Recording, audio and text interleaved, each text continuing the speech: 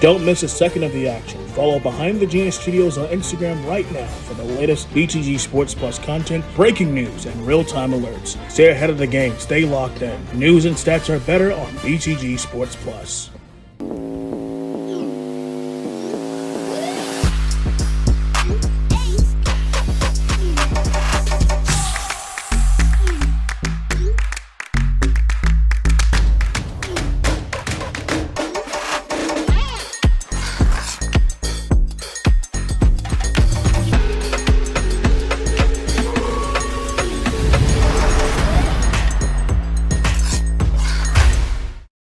Hit the ice all season with the Disney Plus Hulu ESPN bundle.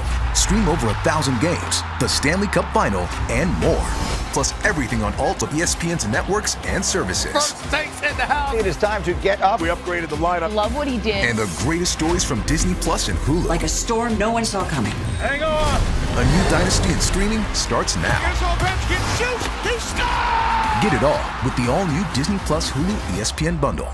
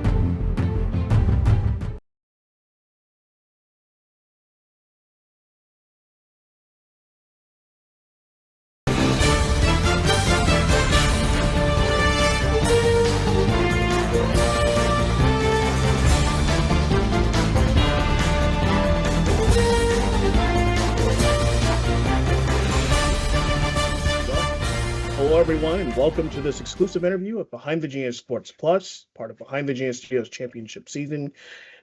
It is my great honor to have one of the best athletic directors in the NAI who's recognized nationally and also on an Atlanta citywide level, Life University's athletic director, Jayme Pendergast.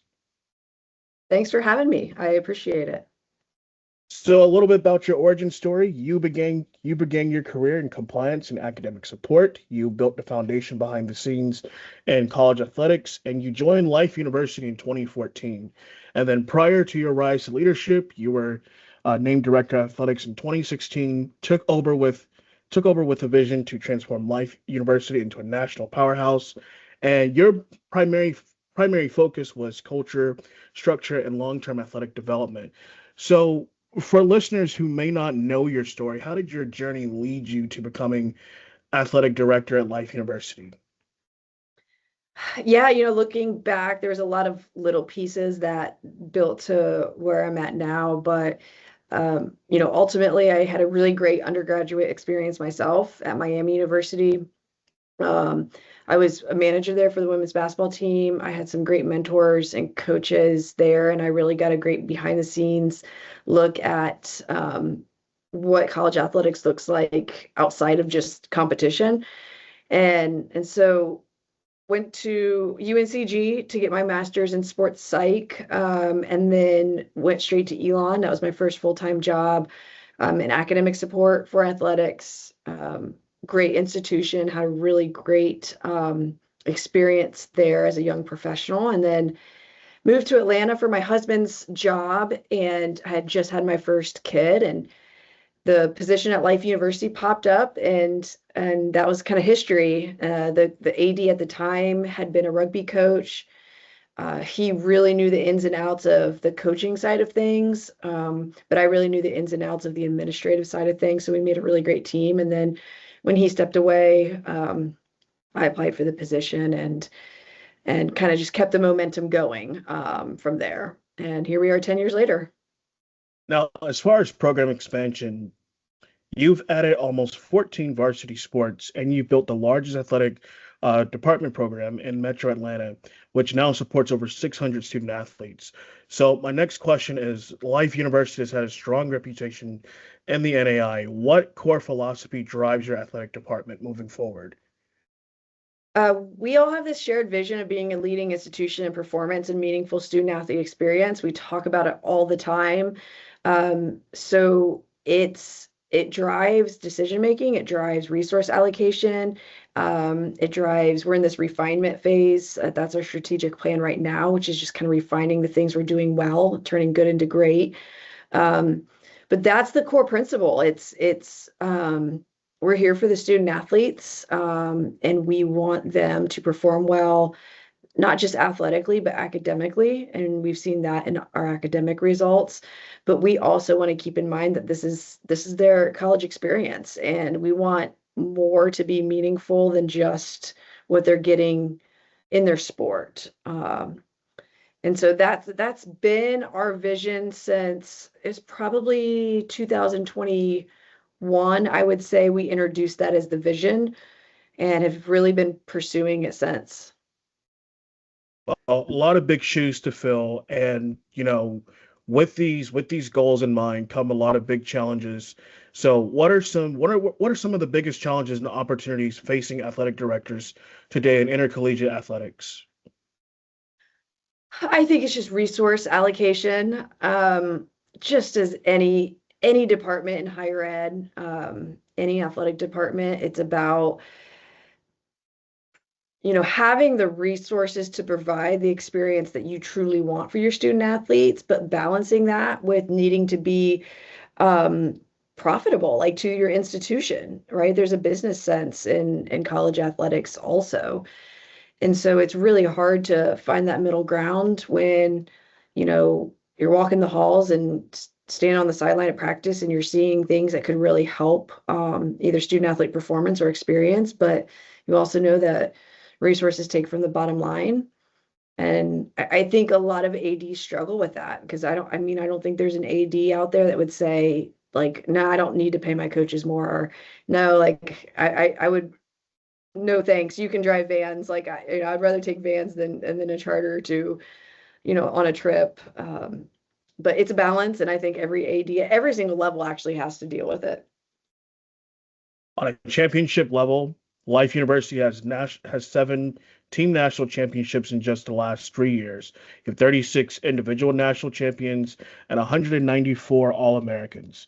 You're consistently top 15 in the NACDA Directors Cup program, excuse me. So from your perspective, what makes the NAIA model unique compared to other collegiate athletic associations? Yeah, I love being in the NAIA. It is a great place for institutions to um, have their own institutional culture within their conference and the NAIA. It's reasonable in its governance framework. It allows for athletic departments to grow quickly like we did, and do it in a healthy way without being over rigid, I guess, and what that looks like.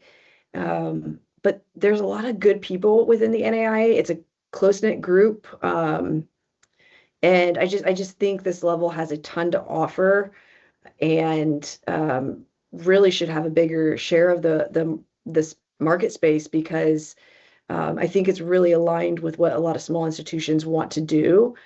And they really provide a lot of support for us on the ground. And you spoke of close knit, and I got to witness that firsthand in Orange Beach back in December. Like I never knew that it was that much of a that much of like a shared space almost, kind of like Mhm. all the directors, all the tournament committee directors knew everyone uh, from all over the country. Like I never knew that it was just that much of a of a tight circle. So Yeah. my next question. Oh, excuse me. Sorry. Okay. My next question is, how do you balance winning championships with developing student athletes academically and personally? Yeah, it's a good question. I don't know if I necessarily see it as a balance. To me, if the development of students as athletes to me is almost the same as developing them as academics and developing them as people, right? It's about constant growth. Constant growth is one of our valued behaviors. We talk about raising the floor all the time, and that's about right? Your consistent day to day, what you deliver, right? Gradually increasing that. And so I think just as much as we try to develop them as athletes, that coaching model and everything that goes into that applies to coaching them to be better students and to coaching them to be better friends, better teammates, better people. Um, so there's some nuanced differences when sport to outside the classroom, but in general, coaching is coaching, and it's about walking alongside people and making people better. And it's I wouldn't say there's ever we got to do one thing or the other. I think you can grow and develop people across all areas. And what is something people would be surprised to learn about the day-to-day life of an athletic director? I think just how broad the range is. I mean, you're just doing everything. I mean, especially at the small college level. I mean, you're picking up trash. Like I'm pulling up tape on the volleyball floor that was left, from some basketball event. Um, like watching a practice. Like you're doing some of these little things, moving banners around, fixing the basketball hoop. But then you're also, balancing $1 million budget, and you're dealing with some, pretty intense, personnel issues, and you're trying to every day show up and have this, compelling vision. So it's just you have to be really agile, you have to be really humble, you have to be willing to do anything, because you don't have the staff to do everything like you do at some institutions. And that kind of reminds me of my last interview with Ben Rickett. He was well, he said that like the simplest thing to do is just like picking up a piece of trash off the floor. Mhm. Do you do that on a consistent basis? Are you doing this all the time?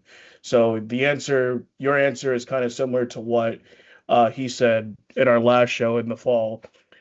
Mhm. So moving forward to the program vision and student athletes, what sport programs at Life University are currently generating the most excitement? Now, I'm seeing on social media that rugby is achieving a lot of excitement. I believe you guys are in the Mhm. championship. Yeah.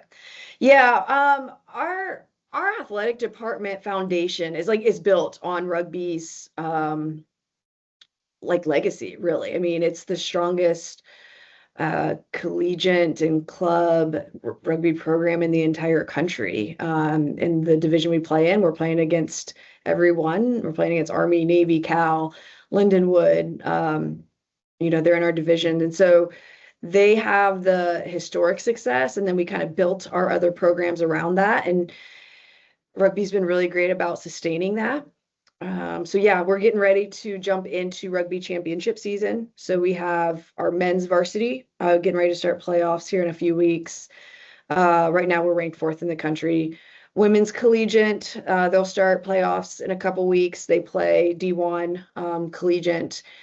We also have a men's club and a women's club, and they play in the highest levels as well. Um, so a lot of rugby. They love the history. It's such a fun sport. And then we had sports like wrestling come alongside them, and track, and we've had a lot of recent basketball success and soccer success and lacrosse success. And so it's, that term, rising tides lift all boats, and rugby kind of started it for us, and everybody's coming along and has kind of built from there. And so it's really fun, and we still have programs right now that maybe aren't seeing as deep of a national, run as some of our other programs, but it's about constant growth, and they're getting better, and I'm really excited to see what those sports have in store. And what teams would you like to see have a national run? Those teams who haven't, really had that much of a postseason run or a conference tournament run. What are those teams that would you like to see the most earn those spots between the spring and the fall? Well, we just finished basketball season, but I'd like to see women's basketball get to the tournament. A relatively young program, but would love to see them get to the tournament and start being a contender there. Um, you know, men's and women's volleyball, I think we have room for improvement there, but I really believe in the leadership of our two coaches. We just, need to get to a tournament there. But flag football is really coming along really great as well. And so I don't think it will be long till we see them in the tournament. And I'm really excited about my coaches that I have. I really believe strongly in what they're doing. And so, some of it's just a building process and being patient. And speaking of coaches, coaches are like the foundation of any program. Yep. They know that winning is hard. It's not going to come by day and it's not going to come by night. So what qualities do you look for in coaches who represent Life University athletics? So I always say three things. They haven't really changed. However, I reflect on them a lot. First, you've got to be a great CEO. By that, I say CEO very intentionally, in that CEO mindset is like, I care about every single aspect of my program.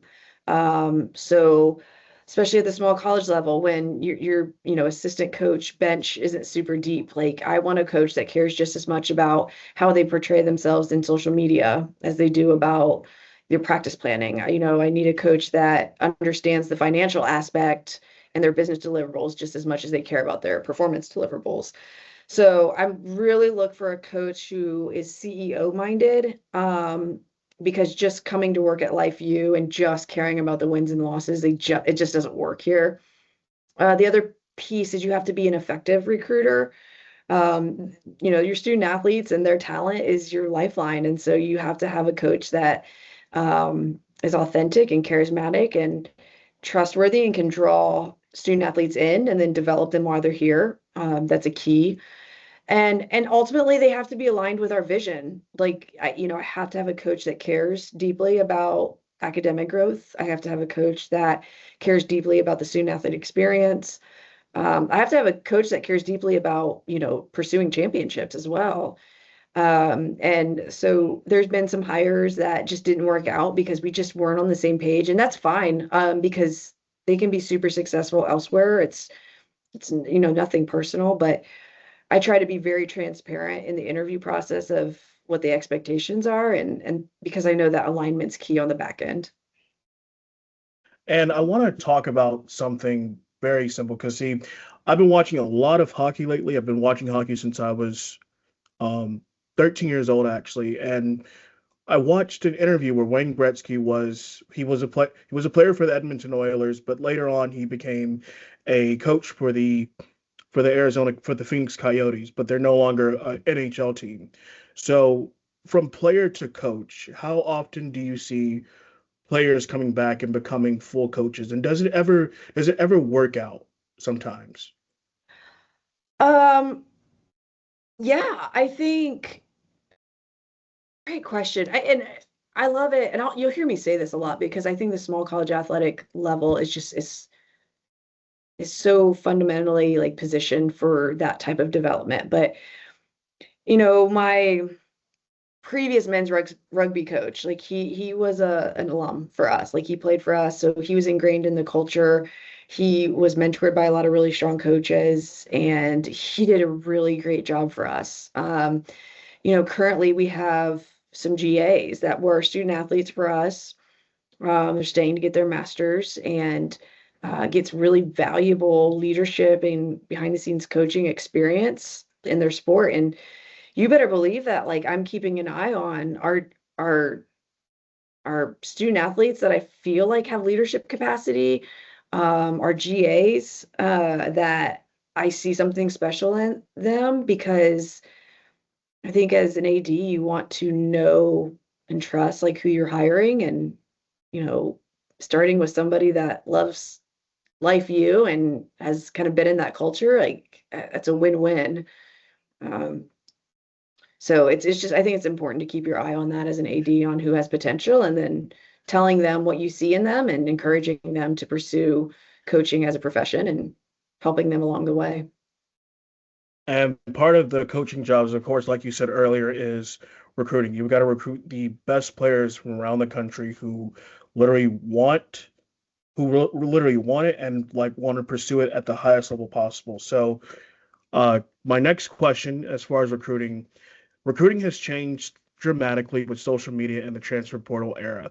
How has that impacted your programs? Or does it have little impact or a huge impact to your Yeah. programs? Um, and some of it's sport dependent, right? Like, especially like in basketball, we're seeing, I think, more volatile like changes year to year. Um, I think this is just like Jamie's like early thoughts. I think that what's going to happen is small college level, so you're talking NAIA, D2, D3, they're going to become more of a developmental ground, right? Because I mean, we've recruited, I mean, even really great soccer players. And I was at soccer final site with you, I think it was. And I go to the bathroom at halftime and there's four D1 coaches like in their in their apparel, like, scouting there. And we've lost really good players, but that's what you want to see is you want to see your athletes go on and do great things. And you kind of got to get used to it. And so if we can recruit more at the high school level and tell them we'll develop you, um, we'll put you in a good spot, to potentially get um, recruited by a bigger school and get some NIL opportunities, then that's what we need to do. I don't think we should be stuck in our ways of like holding on to these student athletes and about retention like we used to. Some sports hasn't really affected them too much. But I think for the most part, transfer culture has changed. Can't be afraid of change. You just have to adapt with it. And ultimately, like our vision doesn't change, right? So you got to stay true to who you are. And regardless if we have a student athlete for 1 year or 4 years, we're going to treat them right. We're going to try to give them championship experience. And if they choose to move on, then we're going to support that. And if they choose to stay with us, we'll celebrate it. What advice would you give to student athletes who want to compete at the collegiate level as of right now? I mean, just right, always do your best. Like show up, be your best. That's in the classroom, right? Because it's easier to get recruited with good grades. Be a high character person. Be a great teammate. Like just do your best. Being a college athlete is really, really hard, and so we want student athletes that know how to bring their best. You can't necessarily just turn it on like when you get to the college level. So I'd say, make the most of your high school experience, do really good in the classroom, take advantage of any leadership opportunities that you have, get out there and ultimately like the way you show up speaks for itself. And you don't even have to be, you don't have to be a high school, all-state player. Like it's just, we're looking for solid athletes, great teammates, driven by the desire to graduate. Like there's usually a place for everyone that meets this criteria on a roster. So Now, March is International Women's Month, and my next few questions are dealing with women in sports. What progress have you seen for women working in sports administration and also working in like the higher part of like professional sports as well? I know we're NAI, but I believe you've seen, other women figures go above and beyond like the collegiate journey. yeah, there's a lot of good women-centered organizations out there now that's really helping shed a light, especially in the media, to women in leadership. Um, and so those organizations are invaluable, so that I think common fans and like common people that are outside the industry, right, understand the power of women in leadership and women in sport. So I love any organization that can champion women and shine a light on each other. And But I think we've come a long way, just in in visibility. And that's really like at all levels, and that's based on the hard work that these organizations are doing. And what advice would you give to young women who want to pursue careers as athletic directors or athletic administrators right after their collegiate career, or, after graduate school, or like just a year after, like a couple of years after they, you know, gone through the ropes and gone through everything just to get to that level? Yeah, I mean, I would tell males or females the same thing, which is just like, just say yes, like, right, just volunteer.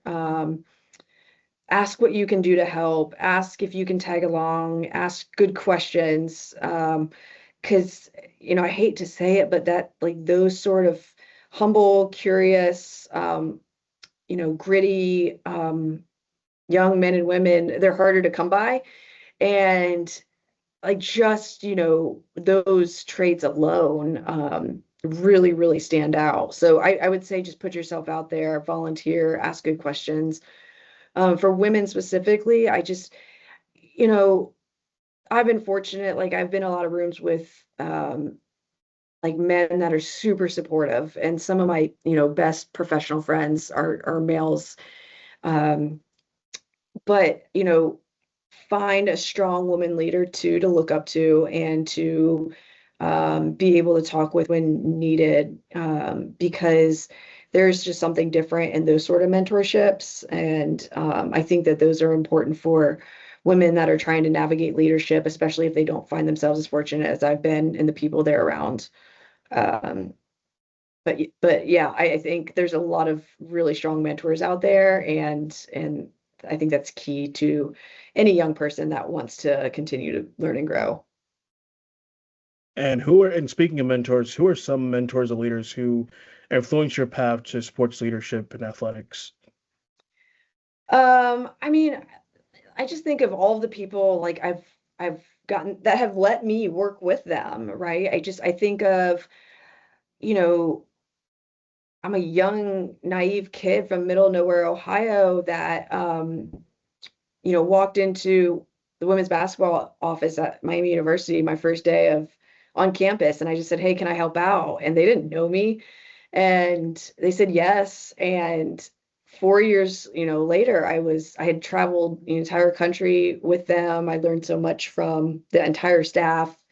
It took me in as, just another member of their staff, to treated me really well, put me to work.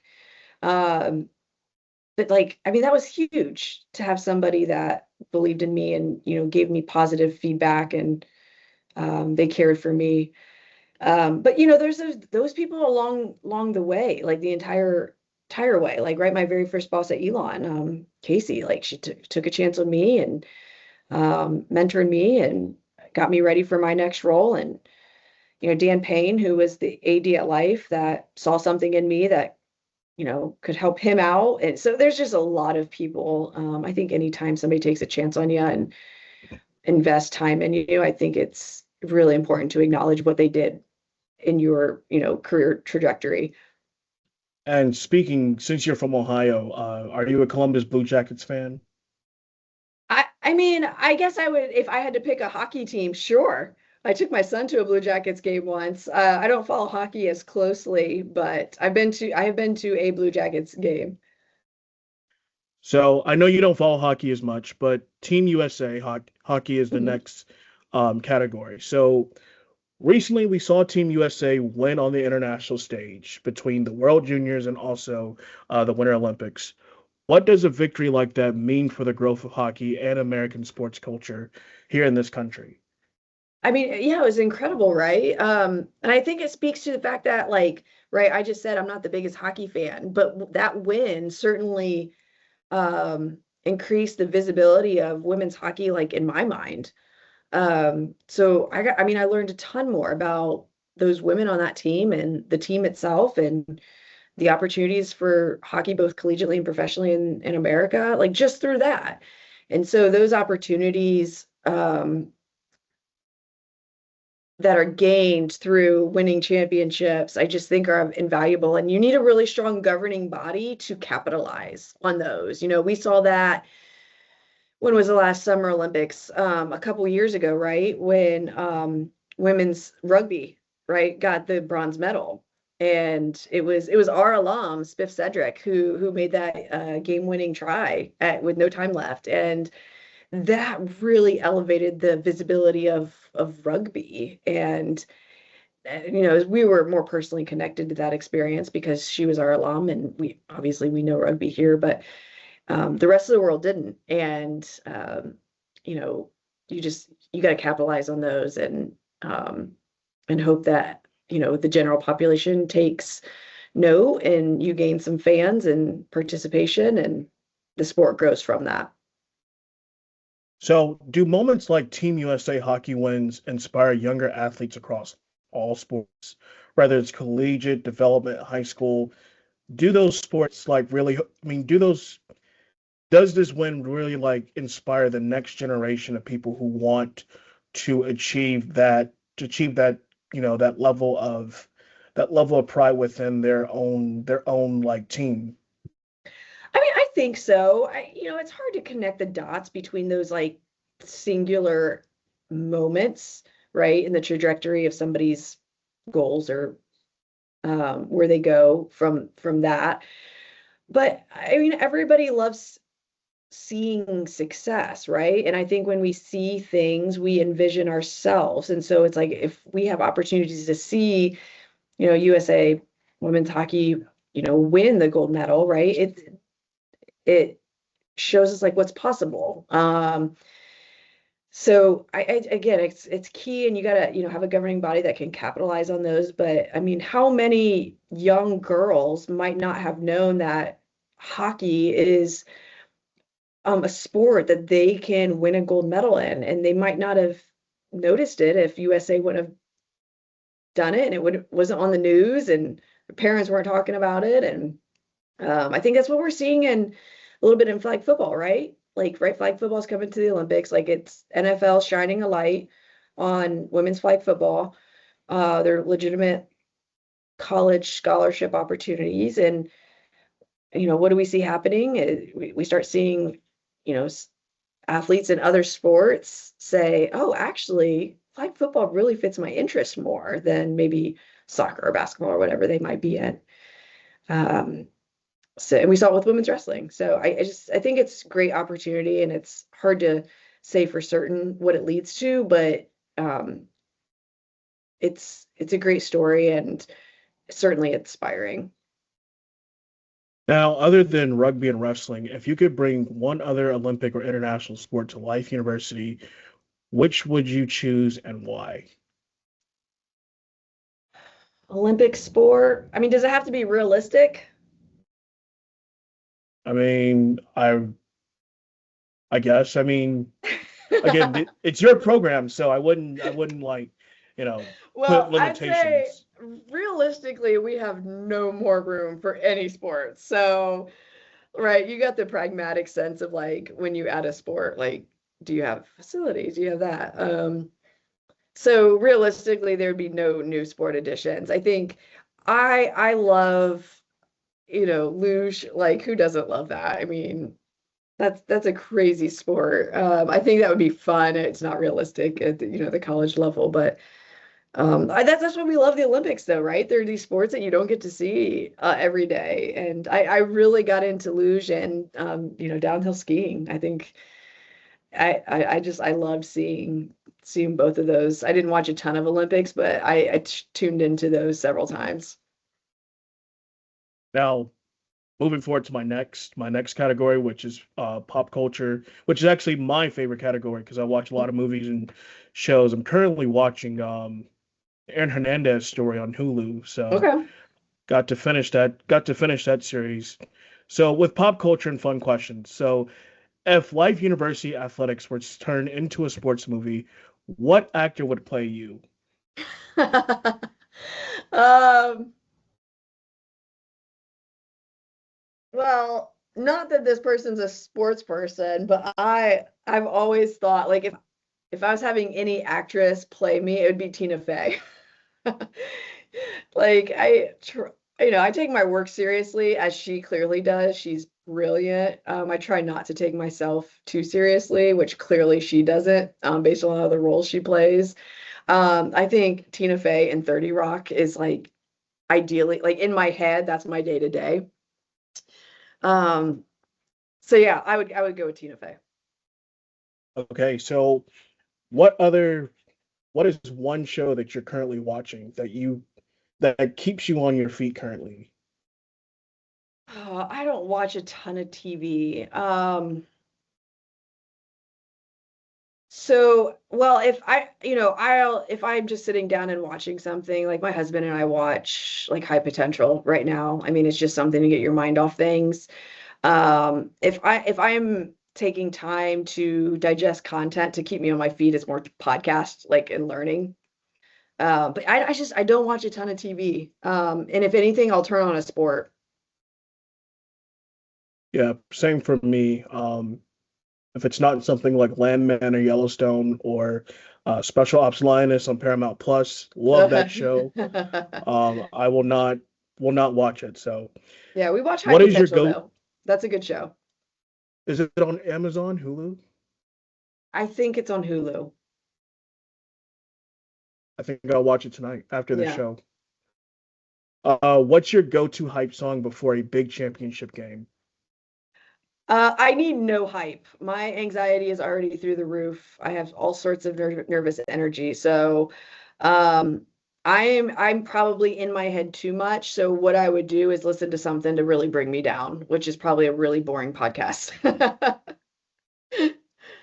And then question number three: if you could sit courtside or ringside at any sporting event in the world, what would it be?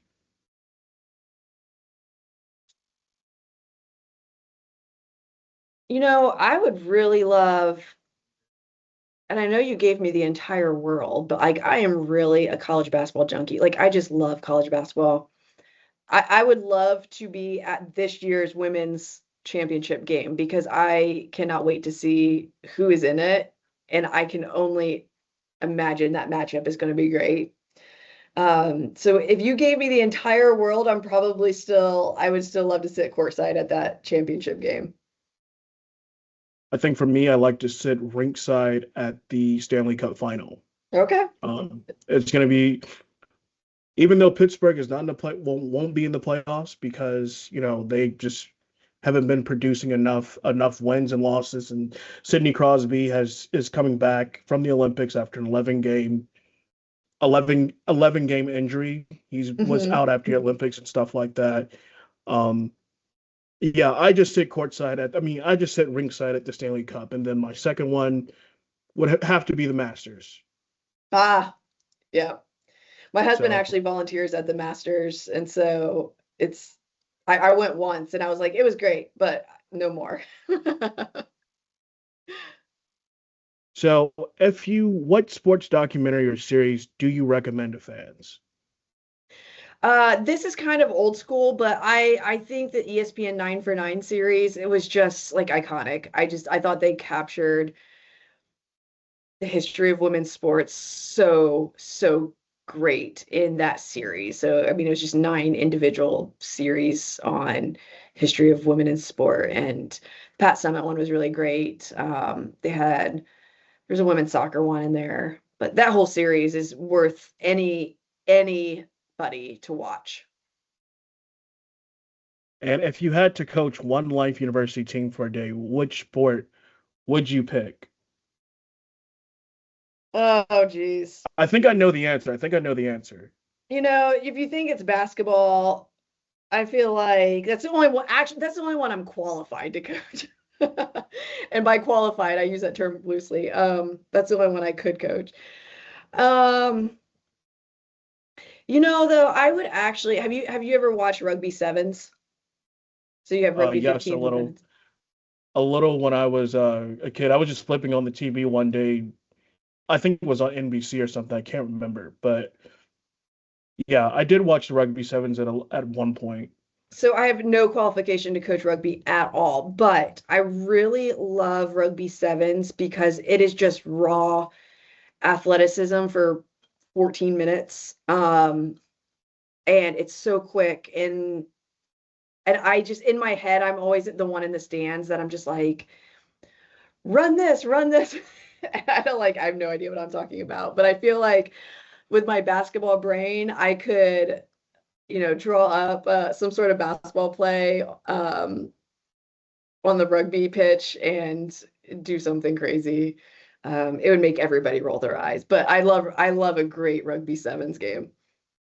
Okay, and then my last question for pop culture is coffee or energy drink on game days?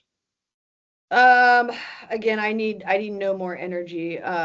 I mean, I go with a really simple iced coffee almost every morning. And then that's it. I don't drink much more. So, um, I just got back from the women's wrestling championship and I had stopped by my favorite juice place, on the way. And so I had juice that morning and I was so happy. So I don't, I always need to calm myself down. I never need more energy or hype. And then speaking of coffee, actually, there's actually a new place that's running Starbucks out of business here in Dalton. It's called Seven Brew. So if you ever get a chance to go to Seven Brew, they were passing out free drinks, free coffee every for the last 2 weeks, and like Wow. the drive through was really crazy. Like there wasn't even any um people were barely at Starbucks. And like, I'm seeing all these cups on campus walking through to classes and everyone's got these Seven Brew labels and stuff like that. And they're just telling I'll have me, to try it out. Is it right off the highway? yeah, just right off the exit actually. So yeah, so it's right near the I think it replaced the Taco Bell Okay, and okay. it's right by McDonald's and racetrack. And like I've been seeing on social media like a bunch of posts about it and how the lines were like That's funny. incredibly large. Like people are literally crazy for this amount of coffee. Like That's I, funny. I don't know. Has Ben been So over there for a sponsorship yet? I don't know, but I think he should. I think he should. As a matter of fact, I'm gonna let him know you said that. Yes, Well, he'll probably see the show like tomorrow morning or whatnot. But tell Ben that he better get on that sponsorship before I take I definitely will. it. So with the future of college athletics, where do you see college athletics evolving over the next 10 years? I mean, it's hard to say, right? There's a lot of monumental decisions that are going to take place in probably the pretty near future. If I had to, I mean, I'm just guessing. What I guess is probably Big Ten, SEC branch off, right? And then the rest of college athletics kind of returns to some sort of state of stability. That would just be my guess. But there's so many trickle down effects, and it's hard to predict it right now. I think I really wish we could keep the governance of college athletics out of politics. It's not been healthy, I think, for college athletics as a whole. And I think governance needs to belong with the people that understand college athletics and really believe it's education based. Are there exceptions to that? Absolutely. But in general, it does not belong in Congress and at the President of the United States level. I couldn't agree more. Like it is kind of like a disaster how we're bringing political discourse into sports. Like Yeah. we're basically like players, coaches, we're basically there to just play ball and celebrate wins and losses and like, work, help each other out in the best way possible. Like Yeah. sorry, but zero politics does not belong in sports and I couldn't agree with you more. Yeah. So, question number two, what role will technology, media, and storytelling play in promoting college sports programs? It's kind of what we talked about earlier. It just like amplifies presence. It highlights stories. A lot of student athlete team coach stories like don't get told without technology and media and social media and so I think just is in everything else you have to use things responsibly, but it allows us to give increase visibility to our student athletes and their stories. And but there's some downsides to that technology and media that we've seen play out. And you just kind of hope that adults can use things responsibly and manage them to the benefit of the student.